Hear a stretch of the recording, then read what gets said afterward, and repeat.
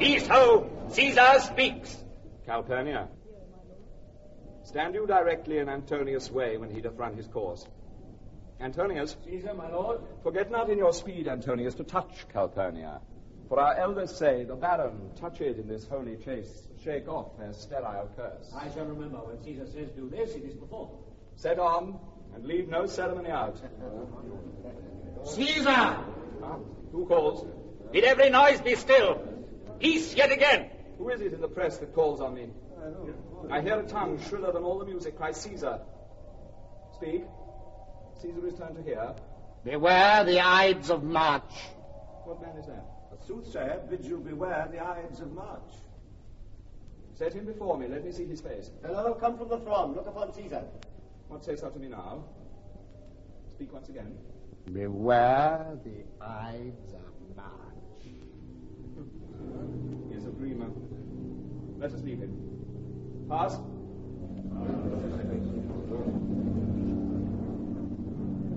Caesar, Antony, and their companions leave for the games. Cassius and Brutus remain behind. Will you go see the order of the course, Brutus? Not I, Cassius. I pray you to. I am not gamesome. I do lack some part of that quick spirit that is in Antony. Let me not hinder, Cassius, your desires. I leave you. Brutus, I do observe you now of late. I have not from your eyes that gentleness and show of love as I was wont to have. You bear too stubborn and too strange a hand over your friend that loves you. Cassius, be not deceived. If I have veiled my look, I turn the trouble of my countenance merely upon myself. Vexed I am of late with passions of some difference, conceptions only proper to myself, which give some soil, perhaps, to my behaviors. But let not therefore my good friends be grieved, among which number, Cassius, be you one, nor construe any further my neglect than that poor Brutus, with himself at war, forgets the shows of love to other men. Then, Brutus, I have much mistook your passion, by means whereof this breast of mine hath buried thoughts of great value, worthy cogitation. What is the shouting? I do fear the people choose Caesar for that. Why do you fear it? Then must I think you would not have it, sir? Yes, yet I love him. Wherefore do you hold me here so long? What is it that you would impart to me?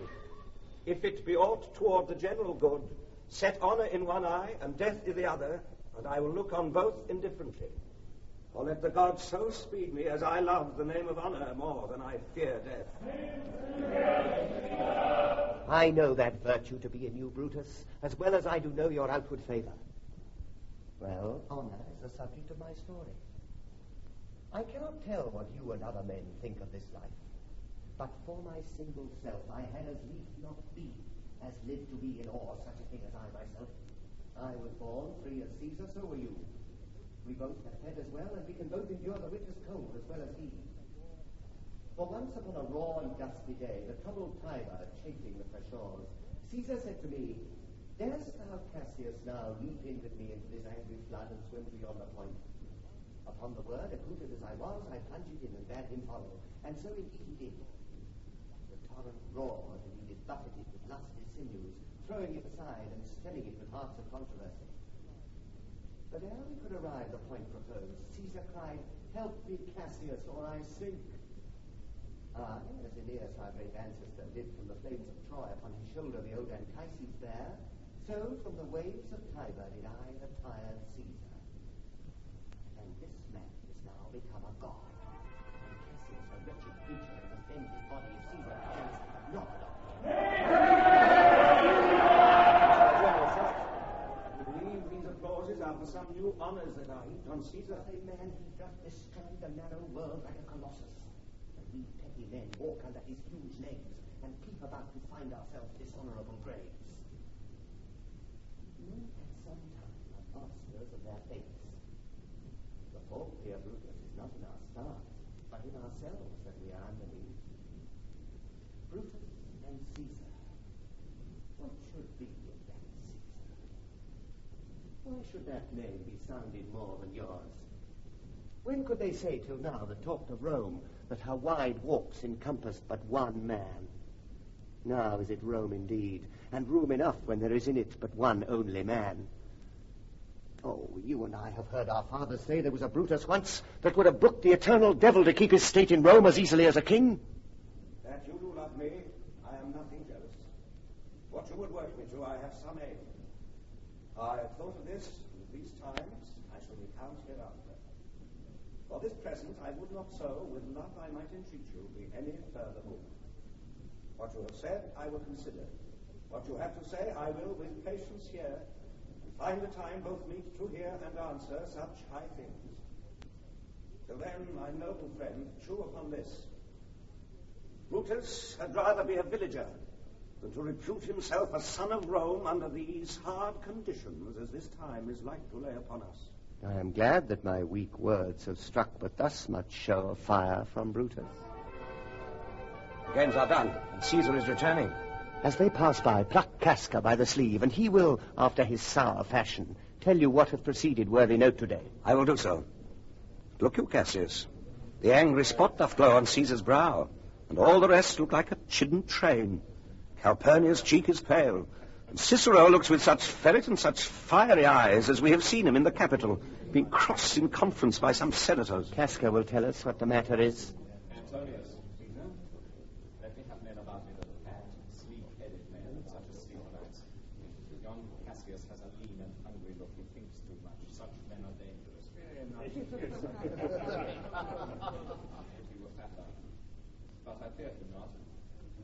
Yet, if my name were liable to fear, I do not know the man I should avoid so soon as that fair Cassius. He reads much. He is a great observer. And he looks quite through the deeds of men. He loves no plays as thou dost, Antony. He hears no music. Seldom he smiles, and smiles in such a sort as if he mocked himself and scorned his spirit that he would be moved to smile at anything. Such men as he never pass ease whilst they behold a greater than themselves. And therefore are they very dangerous. I rather tell thee what is to be feared than what I fear, for always I am Caesar.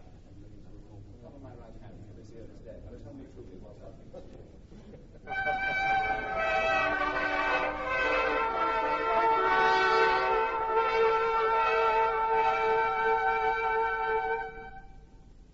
You pulled me by the cloak.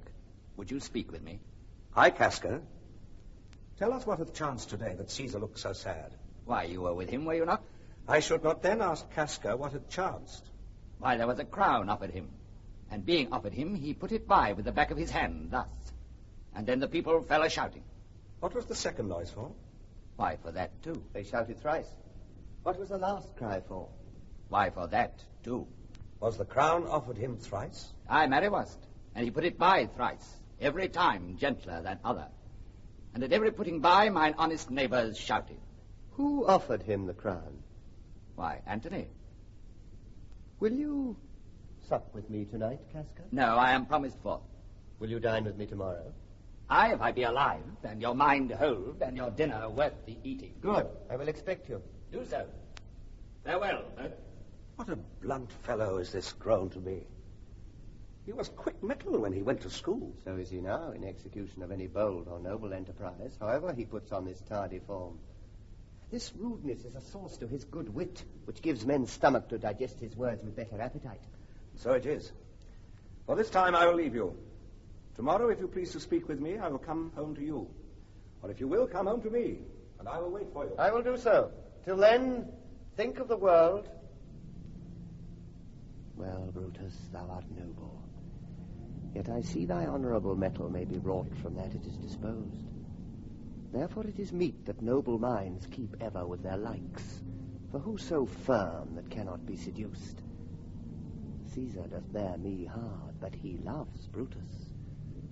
If I were Brutus now and he were Cassius, he should not humour me.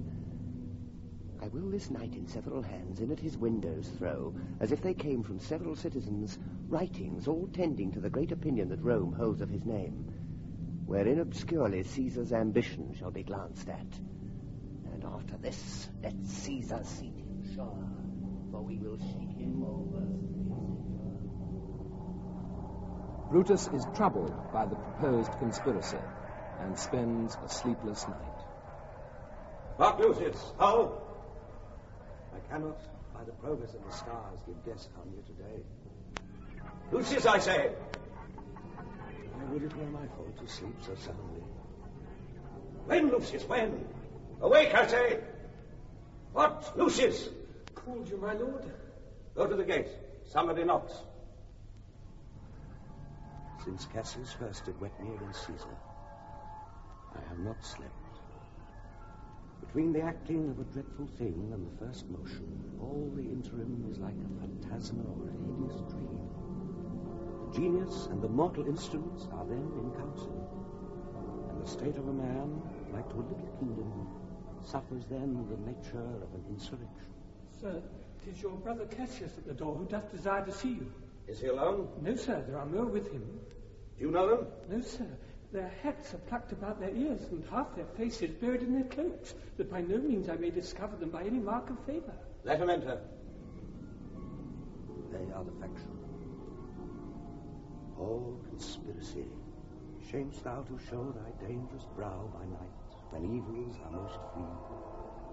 For then, by day, where wilt thou find a cavern dark enough to mask thy monstrous visage? Seek none conspiracy. Hide it in smiles and affability. For if thou put thy native semblance on, not Erebus itself were dim enough to hide thee from prevention. I think we are too bold upon your rest. Good morrow, Brutus. Do we trouble you? I have been up this hour, awake all night. Know I these men that come along with you? Yes, every man of them. And no man here but honours you. And every one doth wish you had but that opinion of yourself which every noble Roman bears of you. This is Trebonius. Brutus. He is welcome hither. This Decius Brutus. Brutus. He is welcome too. This Casca. Brutus. This Cinna. Brutus. And this Metellus Simba. Brutus. They are all welcome. What watchful cares do interpose themselves betwixt your eyes and light? Shall I entreat a word? Here lies the east. Doth not the day break here? No. Oh, pardon, sir, it doth, and yon grey lines that fret the clouds are messengers of day. Give me your hands all over, one by one. And let us swear our resolution. Shall no man else be touched, but only Caesar? Decius well urged. I think it is not meet Mark Antony, so well beloved of Caesar, should outlive Caesar. We shall find of him a shrewd contriver, and you know his means, if he improve them, may well stretch so far as to annoy us all. Which to prevent, let Antony and Caesar fall together. Our course will seem too bloody, Caius Cassius, to cut the head off and then hack the limbs. And for Mark Antony, think not of him, for he can do no more than Caesar's arm when Caesar's head is off. I fear him, for in the engrafted love he bears to Caesar. Alas, good Cassius, do not think of him. If he loves Caesar, all that he can do is to himself. Take thought and die for Caesar, and that were much he should, for he is given to sports, to wildness, and much company. There is no fear in him. Let him not die, for he will live and laugh at this hereafter. Please, count the clock. The clock has stricken 3. 'Tis time to part. We leave you, Brutus. And friends, disperse yourselves. But all remember what you have said, and show yourselves true Romans. Good gentlemen, look fresh and merrily. Let not our looks put on our purposes, but bear it as our Roman actors do, with untired spirits and formal constancy. And so, good morrow to you, every one. Good morrow. Caesar has also passed a restless night. Nor heaven nor earth have been at peace tonight. Thrice hath Calpurnia in her sleep cried out, "Help, ho, they murder Caesar." Who's within? Go, bid the priests do present sacrifice and bring me their opinions of success. I will, my lord. What mean you, Caesar? Think you to walk forth? You shall not stir out of your house today. Caesar shall forth. The things that threatened me ne'er looked but on my back. When they shall see the face of Caesar, they are vanished. Caesar, I never stood on ceremonies, yet now they fright me. There is one within, besides the things that we have heard and seen, recounts most horrid sights seen by the watch. Alliance hath worked in the streets, and graves have yawned and yielded up their dead. Fierce fiery warriors fight upon the clouds, in ranks and squadrons and right form of war, which drizzled blood upon the Capitol. The noise of battle hurtled in the air. Horses did neigh, and dying men did groan, and ghosts did shriek and squeal about the streets. Oh, Caesar, these things are beyond all use, and I do fear them. What can be avoided whose end is purposed by the mighty gods? Yet Caesar shall go forth, for these predictions are to the world in general as to Caesar. When beggars die, there are no comets seen. The heavens themselves blaze forth the death of princes. Cowards die many times before their death. The valiant never taste of death but once. Of all the wonders that I yet have heard, it seems to me most strange that men should fear, seeing that death, a necessary end, will come when it will come. Now, what say the augurers? They would not have you to stir forth today. Plucking the entrails of an offering forth. The gods do this in shame of cowardice. Caesar should be a beast without a heart if he should stay at home today for fear. No, Caesar shall not. Danger knows full well that Caesar is more dangerous than he. We are two lions littered in one day, and I, the elder, am more terrible, and Caesar shall go forth. Alas, my lord, your wisdom is consumed in confidence. Do not go forth today. Call it my fear that keeps you in the house, and not your own. We'll send Mark Antony to the Senate house, and he shall say you are not well today. Let me upon my knee prevail in this. Mark Antony shall say I am not well, and for thy humour I will stay at home. Here's Decius Brutus, he shall tell them so. Caesar, all hail. Good morrow, worthy Caesar. I come to fetch you to the Senate house. And you are come in very happy time to bear my greeting to the senators, and tell them that I will not come today. Cannot is false, and that I dare not, falser. I will not come today. Tell them so, Decius. Say he is sick. Shall Caesar send a lie? Have I in conquest stretched mine arm so far to be afeard to tell greybeards the truth? Decius, go tell them Caesar will not come. Most mighty Caesar, let me know some cause, lest I be laughed at when I tell them so. The cause is in my will. I will not come. That is enough to satisfy the Senate. But for your private satisfaction, because I love you, I will let you know. Calpurnia here, my wife, stays me at home. She dreamt tonight she saw my statue, which, like a fountain with 100 spouts, did run pure blood. And many lusty Romans came smiling and did bathe their hands in it. And these does she apply for warnings and portents and evils imminent. And on her knee hath begged that I will stay at home today. This dream is all a misinterpreting. It was a vision fair and fortunate. Your statue, spouting blood in many pipes, in which so many smiling Romans bathe, signifies that from you great Rome shall suck reviving blood, and that great men shall press for tinctures, stains, relics, and cognizance. This by Calpurnia's dream is signified. And this way have you well expounded it. I have, when you have heard what I can say. And know it now. The Senate have concluded to give this day a crown to mighty Caesar. If you shall send them word you will not come, their minds may change. Besides, it were a mock apt to be rendered for someone to say, break up the Senate till another time, when Caesar's wife shall meet with better dreams. If Caesar hide himself, shall they not whisper, no, Caesar is afraid? Pardon me, Caesar, for my dear, dear love to your proceeding bids me tell you this, and reason to my love is liable. How foolish do your fears seem now, Calpurnia. I am ashamed I did yield to them. Give me my robe, for I will go. And look, where Publius is come to fetch me. Good morrow, Caesar. Welcome, Publius. What, Brutus? Are you stirred so early, too? Good morrow, Casca. Caius Ligarius, Caesar was ne'er so much your enemy as that same ague which hath made you lean. What is the clock? Caesar, 'tis struck an 8. I thank you for your pains and courtesy.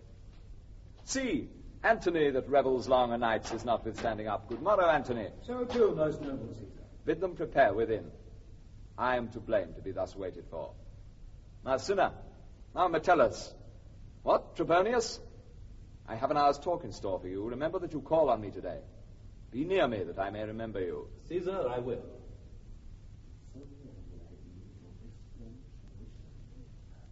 Good friends, go in and taste some wine with me. and we, like friends, will straightway go together. Caesar, having brushed aside Calpurnia's fears, goes to the Senate. The Ides of March are come. Aye, Caesar, but not gone.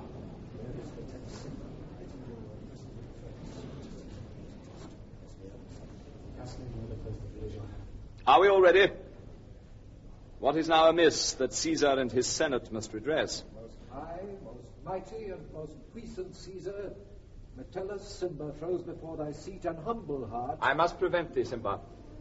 These couchings and these lowly courtesies might fire the blood of ordinary men and turn preordinance and first decree into the law of children. Be not fond to think that Caesar bears such rebel blood that will be thawed from the true quality with that which melteth fools. I mean sweet words, low crooked curtsies, and base spaniel fawning. Thy brother by decree is banished. If thou dost bend and pray and fawn for him, I spurn thee like a cur out of my way. No, Caesar doth not wrong, nor without cause will he be satisfied. Is there no voice more worthy than my own to sound more sweetly in great Caesar's ear for the repealing of my banished brother? I kiss thy hand, but not in flattery, Caesar, desiring thee that Publius Simba may have an immediate freedom of repeal. What, Brutus? Pardon, Caesar. Caesar, pardon. As low as to thy foot doth Cassius fall to beg enfranchisement for Publius Simba. I could be well moved if I were as you. If I could pray to move, prayers would move me. But I am constant as the northern star, of whose true fixed and resting quality there is no fellow in the firmament. The skies are painted with unnumbered sparks. They all are fire, and every one doth shine. But there's but one in all doth hold his place. So in the world. 'Tis furnished well with men, and men are flesh and blood and apprehensive. Yet, in the number, I do know but one, that unassailable holds on his rank unshaked of motion, and that I am he, let me a little show it, even in this, that I was constant, Simba should be banished, and constant to remain to keep him so. Oh, Caesar. Hence wilt thou lift up Olympus. Great Caesar. Doth not Brutus bootless kneel? Speak hands for me!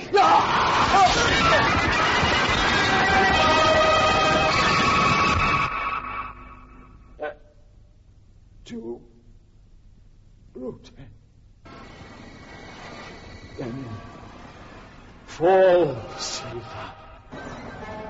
Liberty, freedom, tyranny is dead. Run hence, proclaim, cry by the streets. Sons of the common pulpits and cry out liberty, freedom, and enfranchisement. People, senators, be not affrighted.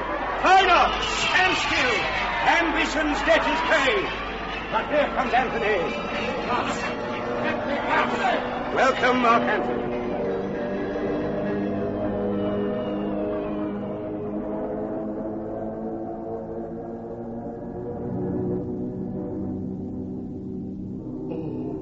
Mighty Caesar, dost thou lie so low?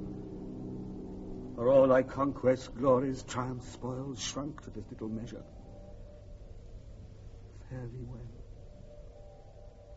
Let each man render me his bloody hand. Friends, I am with you all and love you all, upon this hope that you shall give me reasons why and wherein Caesar was dangerous. Or else where there's a savage spectacle. Our reasons are so full of good regard that were you, Antony, the son of Caesar, you should be satisfied. That's all I seek.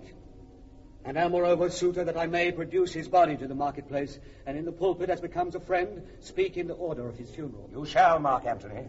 Brutus, a word with you. You know not what you do. Do not consent that Antony speak in his funeral. Do you know how much the people may be moved by that which he will utter? By your pardon, I will myself into the pulpit first, and show the reason of our Caesar's death. What Antony shall speak, I will protest he speaks by leave and by permission, and that we are contented Caesar shall have all true rights and lawful ceremonies. It shall advantage more than do us wrong. I know not what may fall, I like it not. Mark Antony, here, take you Caesar's body. You shall not in your funeral speech blame us, but speak all good you can devise of Caesar, and say you do it by our permission. Else shall you not have any hand at all about his funeral. And you shall speak in the same pulpit whereto I am going after my speech is ended. Be it so, I do desire no more. Prepare the body then, and follow us.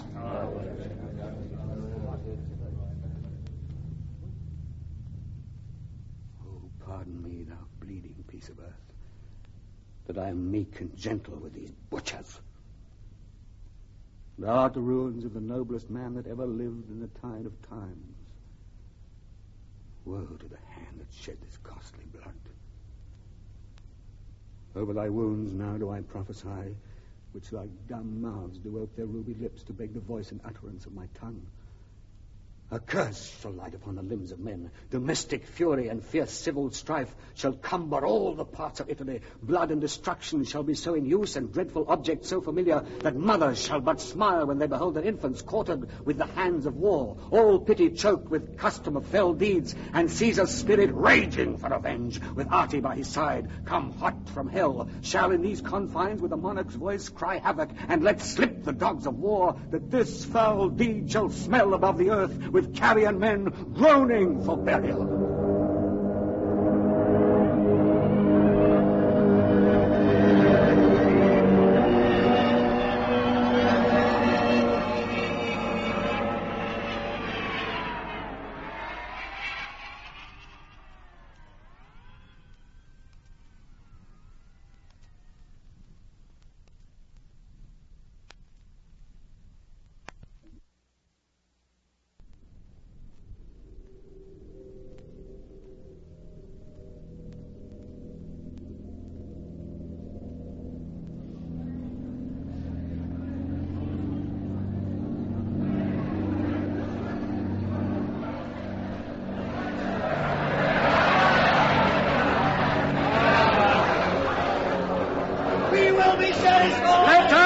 Satisfied!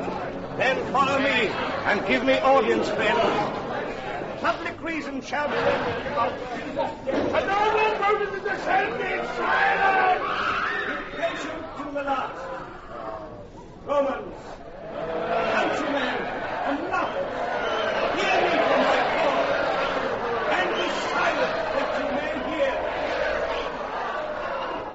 If there be any in this assembly, any dear friend of Caesar's, to him I say that Brutus' love to Caesar was no less than his. If then that friend demand why Brutus rose against Caesar, this is my answer. Not that I loved Caesar less, but that I loved Rome more. Had you rather that Caesar were living and die all slaves, and that Caesar were dead, live all free men? As Caesar loved me, I weep for him. As he was fortunate, I rejoice at it. As he was valiant, I honor him. But as he was ambitious, I slew him. There is tears for his life, joy for his fortune, honor for his valor, and death for his ambition. Who is here so base that would be honored? Any speak, for him have I offended. Who is here so rude that would not be a Roman? If any speak, for him have I offended. Who is here so vile that will not love his country? If any speak, for him have I offended. I pause for a cry. None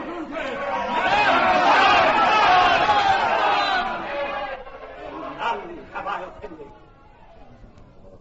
Here comes his body, mourned by Mark Antony, who, though he had no hand in his death, shall receive the benefit of his dying, a place in the commonwealth, as which of you shall not? With this I depart, that as I slew my best lover for the good of Rome, I have the same dagger for myself, when it shall please my country to need my death. Be silent! Be so! Let me depart alone, and for my sake stay here with Antony. Do grace to Caesar's corpse, and grace his speech tending to Caesar's glories, which Mark Antony, by our permission, is allowed to make. I do entreat you, not a man depart, save I alone. till Antony has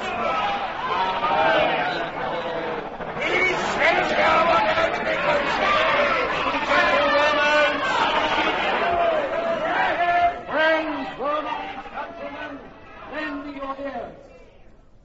I come to bury Caesar, not to praise him. The evil that men do lives after them, but good is oft interred with their bones. So let it be with Caesar. The noble Brutus hath told you Caesar was ambitious. If it was so, it was a grievous fault, and grievously hath Caesar answered it. Here, under the leave of Brutus and the rest, for Brutus is an honorable man. All honorable men, come I to speak in Caesar's funeral. He was my friend, faithful and just to me. But Brutus says he was ambitious, and Brutus is an honorable man. He hath brought many captives home to Rome, whose ransoms did the general coffers fill. Did this in Caesar seem ambitious? When that the poor have cried, Caesar hath wept. Ambition should be made still no stuff. Yet Brutus says he was ambitious, and Brutus is an honorable man. You all did see that on the Lupercal I thrice presented him a kingly crown, which he did thrice refuse. Was this ambition? Yet Brutus says he was ambitious. And sure, he is an honorable man.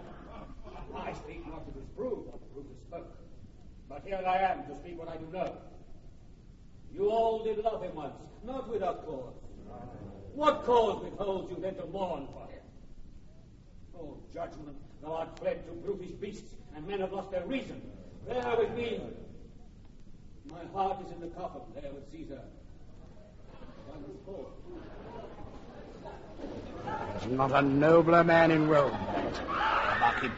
He begins again to speak. But yesterday, the word of Caesar might have stood against the word. Now lies he there, and none so poor to do him reverence. Oh, masters, if I were disposed to stir your hearts and minds to mutiny and rage, I should do Brutus wrong and Cassius wrong, who, you all know, are honorable men. I will not do them wrong. I rather choose to wrong the dead, to wrong myself and you, than I will wrong such honorable men. But here's a parchment with the seal of Caesar. I found it in his closet. 'Tis his will. Let but the commons hear this testament. Pardon me, I do not mean to read. And they would go and kiss dead Caesar's wounds and dip their napkins in his sacred blood. Yea, beg a hair of him for memory, and dying mention it within their wills, bequeathing it as a rich legacy unto their issue. We'll hear the will. Read it, Mark Antony! Patience, gentle friends, I must not read it. It is not meet you know how Caesar loved you. You are not wood, you are not stones, but men. And being men, hearing the will of Caesar, it will inflame you, it will make you mad. It is good you know not that you are his heirs. For if you should, oh, what would come of it? Read the will! We'll hear it, Antony! You shall read us the will! Caesar! Stay away. I have all shut myself to tell you of it. I fear I wrong the honorable men whose daggers have stabbed Caesar. I do fear it. If my will compel me then to read the will, and let me show him that made the will. Shall I descend, and will you give me leave? I command! Room for Antony, most noble Antony! Press not so upon me. Stand far off.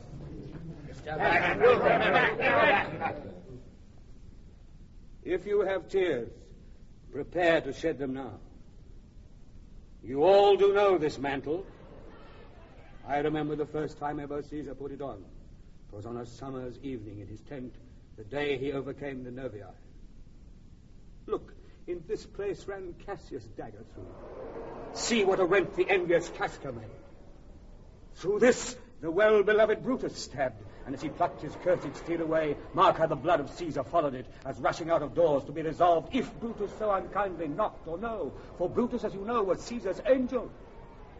Judge, O you gods, how dearly Caesar loved him. This was the most unkindest cut of all. For when the noble Caesar saw him stab, ingratitude, more strong than traitor's arms, quite vanquished him, then burst his mighty heart, and in his mantle muffling up his face, even at the base of Pompey's statue, which all the while ran blood, great Caesar fell. Oh, what a fall was there, my countrymen. Then I, and you, and all of us fell down, whilst bloody treason flourished over us. Oh, now you weep. And I perceive you feel the dint of pity. These are gracious drops. Kind souls, what weep you when you but behold our Caesar's vesture wounded? Look you here. Here is himself, marred as you see with traitors. He will deal in vain. Stay, countrymen! Stay!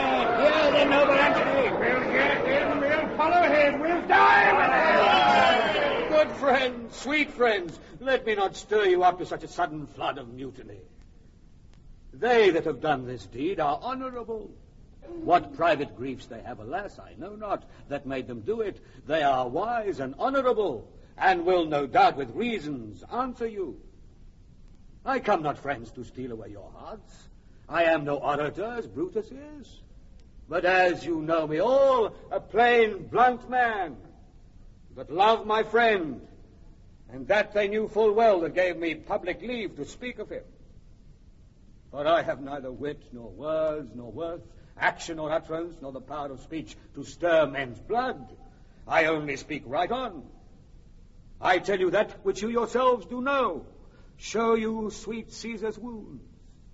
Poor dumb mouths, and bid them speak for me. But were I Brutus, and Brutus Antony, there would an Antony would ruffle up your spirits and put a tongue in every wound of Caesar that should move the stones of Rome to rise in mutiny. We'll burn the house of Brutus! Away then, come, seek the conspirator! Yet hear me, countrymen, yet hear me speak. Be so. My friends, you go to do you know not what. Wherein hath Caesar thus deserved your loves? Alas, you know not. I must tell you then. You have forgot the will I told you of. Where is the will? And under Caesar's seal, to every Roman citizen he gives, to every several man, 75 drachmas. Most noble Caesar. We'll revenge his death. Royal Caesar. Hear me with patience. Peace. Moreover, he hath left you all his walks, his private arbors and new planted orchards. On this side Tiber, he hath left them you and to your heirs forever. Common pleasures to walk abroad and recreate yourselves. Here was a Caesar. When comes such another? Never. Never. Come, away! We'll burn his body in the holy place, and with the brands fire the traitors' houses. Take up the body! Go and burn! Cut down benches! Cut down doors! Windows!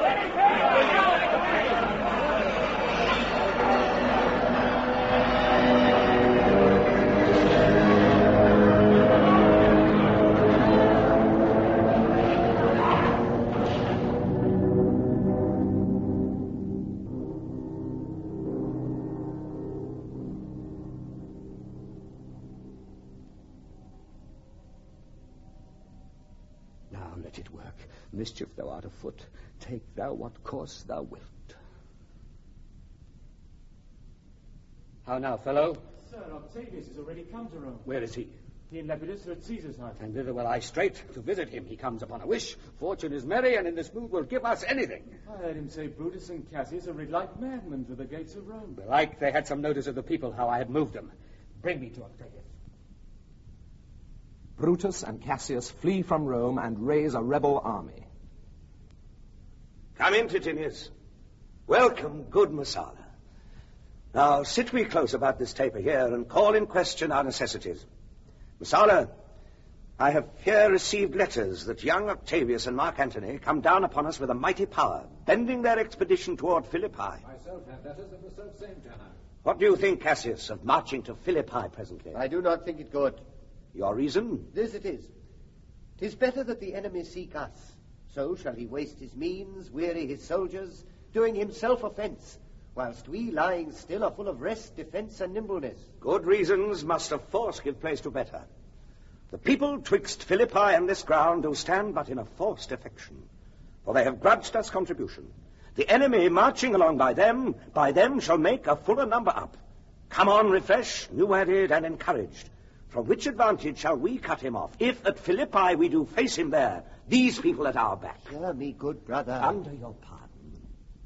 You must note, beside, that we have tried the utmost of our friends. Our legions are brimful. Our cause is ripe.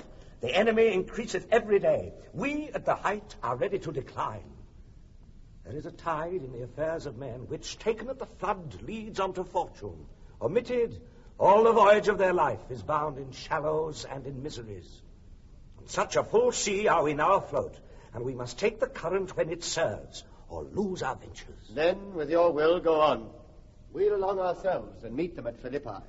The deep of night is crept upon our talk, and nature must obey necessity, which we will niggard with a little rest. There is no more to say. No more. Good night. Early tomorrow will we rise and hence. Lucius, my gown.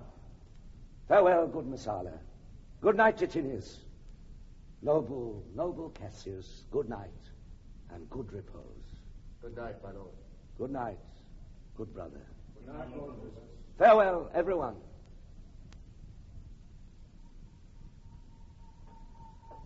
Brutus goes to bed but cannot sleep.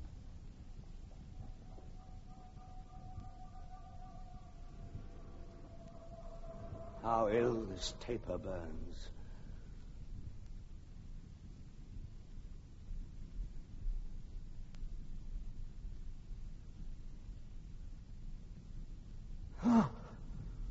Who comes here?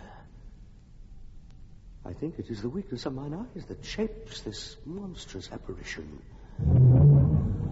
It comes upon me. Art thou anything? Art thou some god, some angel, or some devil that makes my blood cold, my hair to stare? Speak to me. What thou art.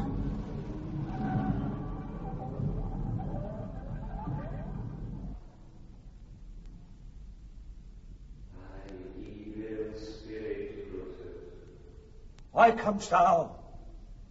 To tell thee thou shalt see me at Philippi. Well, then I shall see thee again. I will see thee at Philippi then.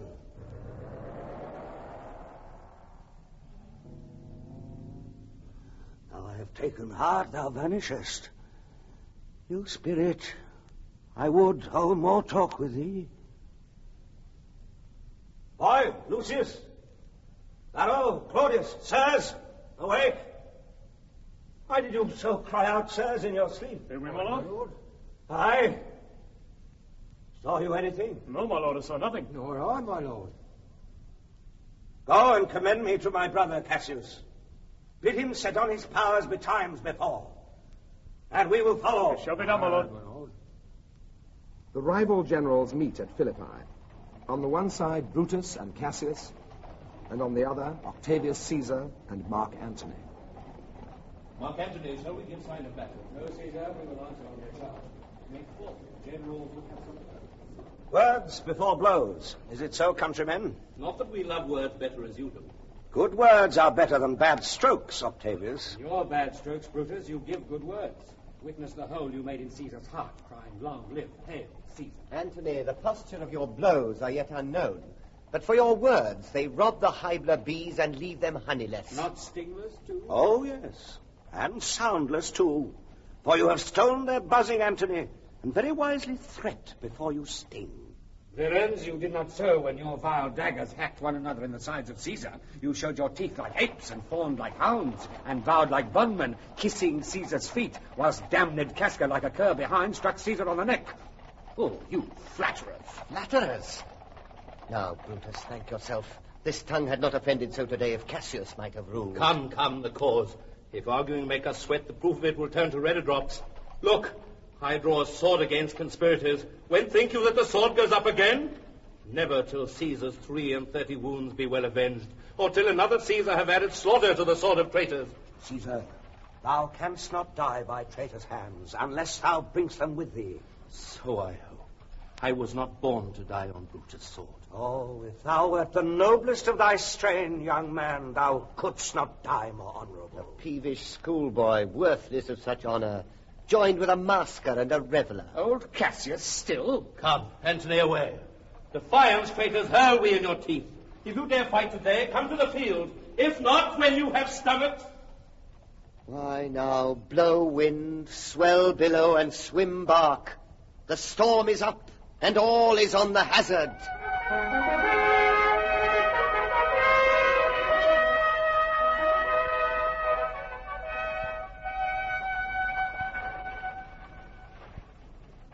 Messala. What says my general? Messala, this is my birthday, as this very day was Cassius born. Give me thy hand, Messala. Be thou my witness that against my will, as Pompey was, am I compelled to set upon one battle all our liberties. Coming from Sardis, on our former ensign, 2 mighty eagles fell, and there they perched, gorging and feeding from our soldiers' hands, who to Philippi here consorted us. This morning they are fled away and gone, and in their steads do ravens, crows, and kites fly o'er our heads, and downward look on us as we were sickly prey. Their shadows seem a canopy most fatal, under which our army lies, ready to give up the ghost. Believe not so. I but believe it partly, for I am fresh of spirit and resolved to meet all perils very constantly. Now, most noble Brutus, the gods today stand friendly, that we may, lovers in peace, lead on our days to age. But since the affairs of men rest still uncertain, let's reason with the worst that may befall.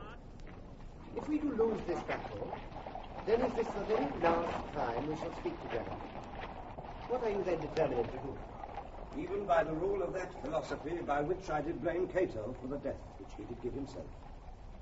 I know not how, but I do find it cowardly and vile, for fear of what might fall, so to prevent the time of life, arming myself with patience to stay the providence of some high powers that govern us below. Then if we lose this battle, you are contented to be led in triumph through the streets of Rome? No, Cassius, no. Think not, thou noble Roman, that ever Brutus will go bound to Rome. He bears too great a mind. But this same day must end that work the Ides of March begun. Whether we shall meet again, I know not. Therefore, our everlasting farewell take. Forever and forever, farewell, Cassius. If we do meet again, why, we shall smile. Not, why then this parting was well made. Forever and forever, farewell, Brutus. If we do meet again, we'll smile indeed. If not, 'tis true, this parting was well made. Why then, lead on. Oh, that a man might know the end of this day's business ere it comes.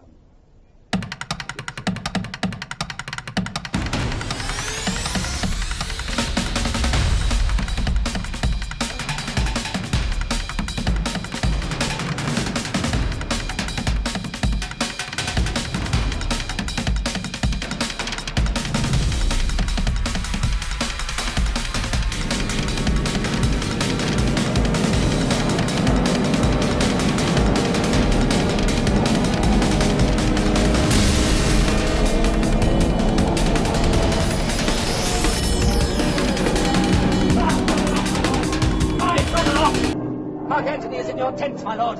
Fly, therefore, noble Cassius. Fly, far up. This hill is far enough. Look, Titinius, are those my tents where I perceive the fire? They are, my lord. Titinius, if thou lovest me, mount thou my horse and hide thy spurs in it, till he have brought thee up to yonder troops and here again, that I may rest assured whether yon troops are friend or enemy. I will be here again, even with a thought. Go, Pindarus, get fire on that hill. My sight was ever thick. Regard Titinius, and tell me what thou knowest about the field. This day I breathed first. Time is come round, and where I did begin, there shall I end. My life is run his compass. Sirrah, what news? Oh, my lord. What news? Titinius is enclosed round about with horsemen that make to him on the spur. Yet he spurs on. Now they are almost on him. Now Titinius. Now some light. Oh, he lights too. He's staring. And hark, they shout for joy. Come down, behold no more. Oh, coward that I am to live so long to see my best friend ta'en before my face. Come hither, Pindarus. In Parthia did I take thee prisoner, and then I swore thee, saving of thy life, that whatsoever I did bid thee do, thou shouldst attempt it. Come now. Keep thine oath. Now be a free man, and with this good sword that ran through Caesar's bowels, search this bosom. No, my lord. No. Stand not to answer. Here, take thou the hilts. And when my face is covered, as 'tis now, guide thou the sword. Caesar, thou art revenged, even with the sword that killed thee.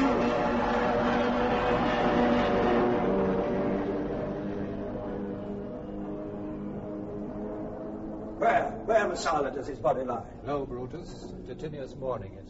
Titinius faces upward. He is slain. O Julius Caesar, thou art mighty yet. Thy spirit walks abroad and turns our swords in our own proper entrails. Fly, my lord, there is no tarrying here. Farewell to you, and you, Volumnius. Strato, thou hast been all this while asleep. Farewell to thee, too, Strato. Countrymen, my heart doth joy that yet in all my life I found no man but he was true to me. I shall have glory by this losing day, more than Octavius and Mark Antony by this vile conquest shall attain unto. Fly, my lord, fly. Hence, I will follow. I prithee, Strato, stay thou by thy lord. Thou art a fellow of a good respect. Thy life hath had some snatch of honour in it. Hold then my sword, and turn away thy face, while I do run upon it. Wilt thou, Strato? Give me your hand first. Fare you well, my lord. Farewell, good Strato.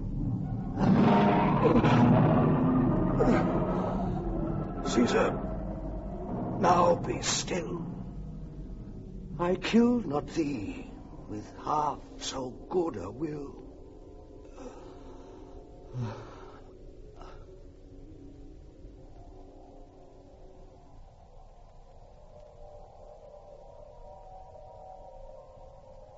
This was the noblest Roman of them all. All the conspirators, save only he, did that they did in envy of great Caesar. He only, in a general honest thought and common good to all, made one of them. His life was gentle, and the elements so mixed in him that nature might stand up and say to all the world, this was a man.